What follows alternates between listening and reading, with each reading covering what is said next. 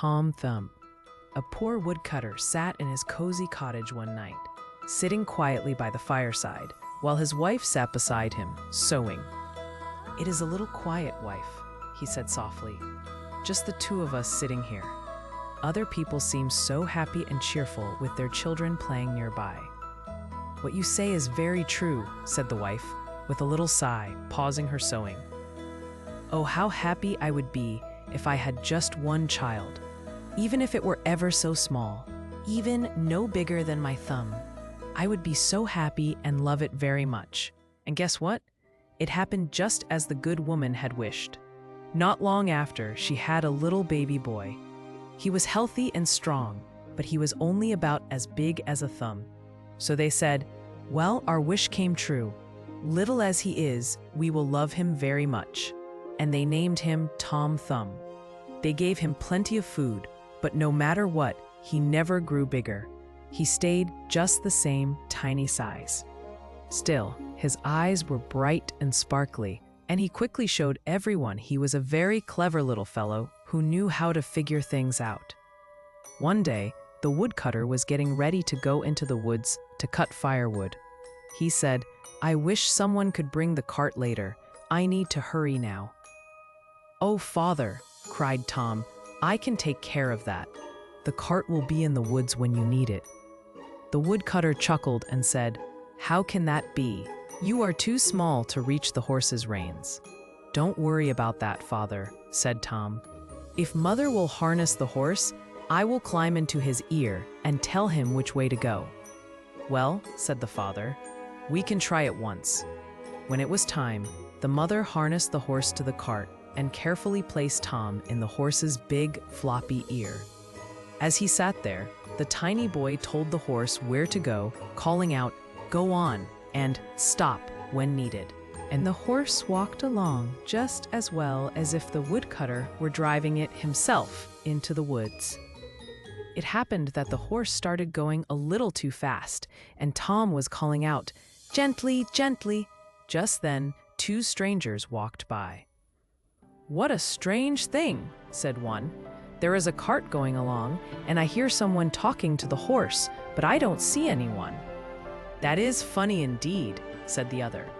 "Let's follow the cart and see where it goes." So they walked on into the woods until they reached the place where the woodcutter was working. Tom Thumb saw his father and cried out, "See, father, here I am, with the cart, all safe and sound. Now help me down." So his father took hold of the horse with one hand, and with the other, he gently lifted his son out of the horse's ear. He put Tom down on a piece of straw, where he sat looking very happy. The two strangers had been watching the whole time and didn't know what to say. They were so surprised. At last, one took the other aside and whispered, "That tiny boy is amazing. People would love to see him. Maybe we could ask if he could travel with us and show everyone how clever he is." So they went up to the woodcutter and asked if the little man could come with them. "He could see the world," they said. "I could never let him go," said the father. "My own dear son is more precious to me than all the silver and gold in the world." But Tom heard their plan, climbed up his father's coat to his shoulder, and whispered in his ear, "Let me go with them, father. I want to have an adventure, and I promise I'll come back to you soon." So the woodcutter thought about it and finally agreed to let Tom travel with the strangers for a while, and they gave the father a shiny piece of gold to thank him. "Where would you like to sit?" asked one of the men. "Oh, put me on the brim of your hat. That will be a nice spot for me. I can walk around up there and see the countryside as we go along." So they did as he wished. Tom waved goodbye to his father, and the men took him away with them. They traveled until it started to get dark, and then the little man said, "Please let me get down. I'm tired." So the man took off his hat and put Tom down on a soft lump of earth in a plowed field beside the road. But Tom quickly ran among the rows of soil and slipped into an empty mouse hole. "Good night, gentlemen," he called out. "I'm off. Maybe you'll see me again sometime." The men ran to the spot and poked near the mouse hole with little sticks. But it was no use. Tom just crawled farther inside. Soon, it became too dark to see, so they had to go on their way without their tiny traveling companion, feeling very disappointed. When Tom knew they were gone, he carefully came out of his hiding place. "Wow, walking in this plowed field is tricky," he said to himself. "If I fell off one of these big lumps of dirt, I might get hurt." At last, by good luck, he found a large, empty snail shell. "This is lucky," he said. "I can sleep safely in here," and he crawled inside. Just as he was falling asleep, he heard two men walking by, talking quietly. One said to the other, "How can we sneak into that rich man's house nearby and get some of his pies and cakes?" "I can tell you," cried Tom from inside the shell. "What noise was that?" said one of the men, sounding startled. "I'm sure I heard someone speak." They stood still, listening, and Tom called out again, "Take me with you, and I can help you get caught." "But where are you?" they asked. "Look around on the ground," answered Tom, "and listen for where my voice is coming from." At last, the men found the tiny voice coming from the snail shell and lifted him up. "You little fellow," they said, "what can you do?" "Well," said Tom cleverly, "I can slip between the iron window bars of the house, and then I can make enough noise to wake everyone up." That's an interesting idea," said the men, who weren't very smart. "Come along, let's see about this." When they reached the rich man's house, Tom easily slipped through the window bars into a room. Then he called out as loudly as he could, "Do you want everything that is in here?" The men outside got nervous and whispered, "Quietly, quietly, speak low so you don't wake anyone." But Tom pretended he didn't understand and shouted again, "How much do you want? Should I start tossing things out?" Now the cook was sleeping in the next room. Hearing the noise, she sat up in bed and listened carefully. The men outside were getting scared and started to back away. But then they thought, maybe the little fellow is just playing tricks on us. So they came back and whispered softly to Tom, "Now, no more tricky jokes. Just be quiet." But Tom ignored them and called out as loud as he could, "Okay, get ready. Here it comes." The cook heard this very clearly. She jumped out of bed and ran to the door. The two mischievous men ran off as fast as they could. The cook looked around the room but couldn't find anyone, so she went to get a candle. By the time she came back with a light, Tom had slipped away into the barn. When the cook had looked in every corner and found nobody, she went back to bed, thinking she must have been dreaming with her eyes open. The little man crawled about in the hayloft in the barn and found a cozy spot to finish his night's rest. He lay down, planning to sleep until daylight, and then find his way home to his father and mother. But oh dear, something unexpected happened. Sometimes tricky things happen in this world. The cook got up early, before sunrise, to feed the cows.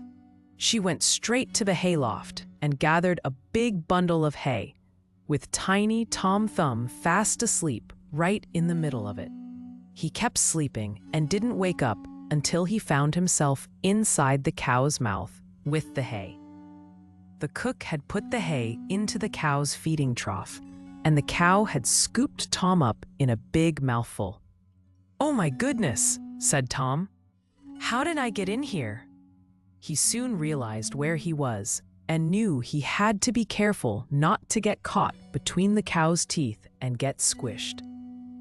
Before he knew it, the cow gave a big swallow and Tom slid down with the hay.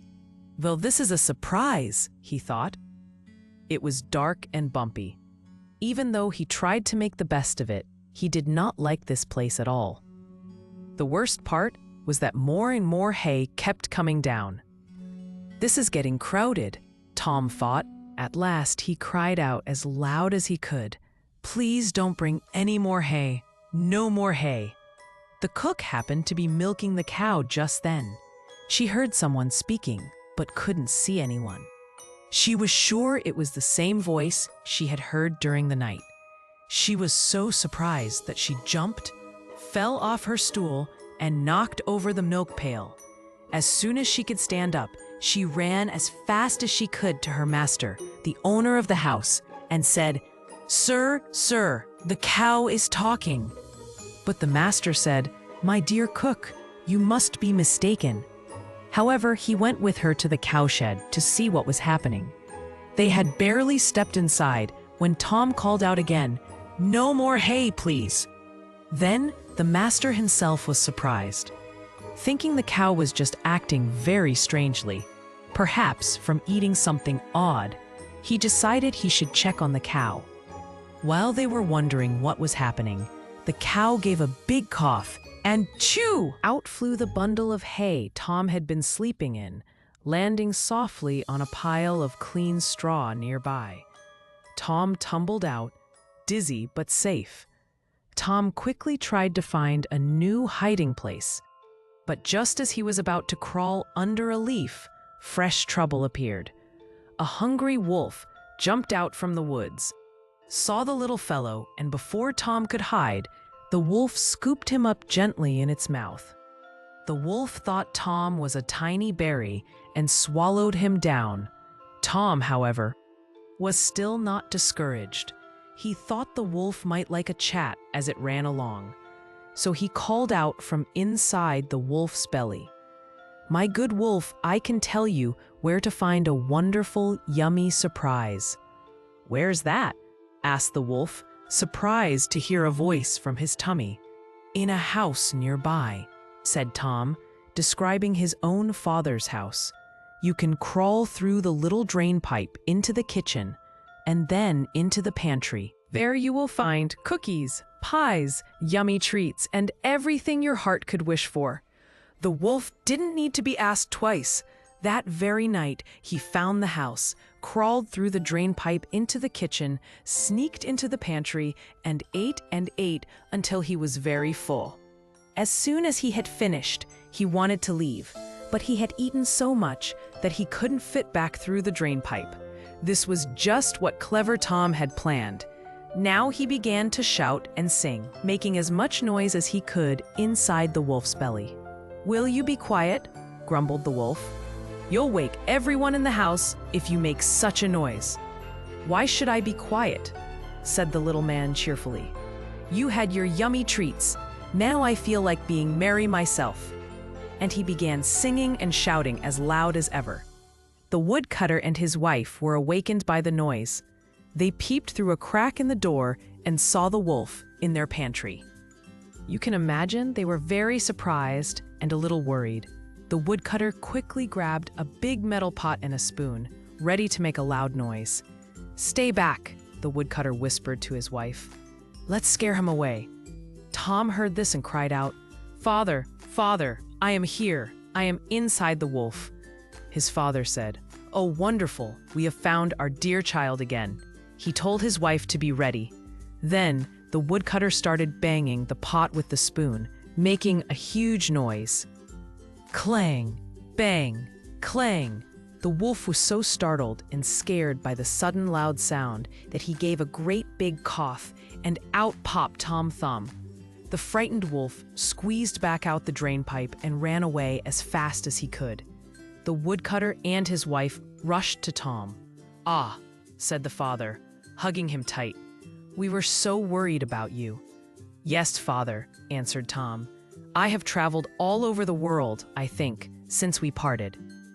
But now I'm very glad to be home and get fresh air again." "My goodness, where have you been?" asked his mother. "I have been in a mouse hole, and in a snail shell, and down a cow's throat, and inside a wolf's belly. But here I am again, safe and sound." "Well," said his parents, "you are back home, and that's all that matters." "We are so happy to have you here." Then they hugged and kissed their dear little son again. They gave him plenty of yummy food and drink because he was very hungry after his adventures.